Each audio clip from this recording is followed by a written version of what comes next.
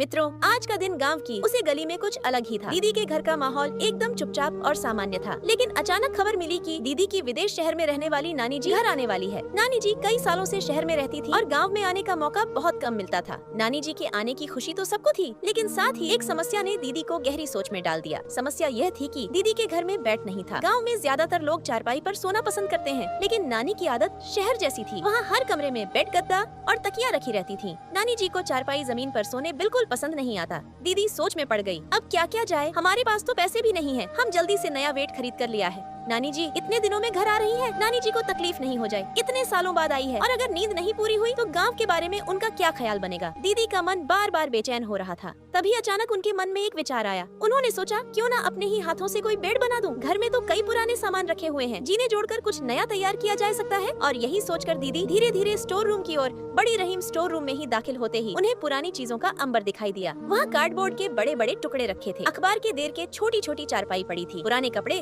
और गोंद की बोतल भी पड़ी थी। दीदी की आंखें चमक उठी, बस यही तो चाहिए था। यही चीजों से मैं कुछ नया बना सकती हूँ। फिर उन्होंने कार्डबोर्ड के टुकड़े उठाकर जमीन पर बिछाई, उसी पर अखबार की मोटी परतें चिपकाने लगी। हर परत को गोंद से अच्छे से चिपकने थी। पर दीदी सिर्फ एक साधारण बेड बनाना नहीं चाहती थी, वह चाहती थी कुछ अलग हो, कुछ ऐसा नानी जी को गाँव की मेहंदी की याद दिलाए और साथ ही सुकून भी दे।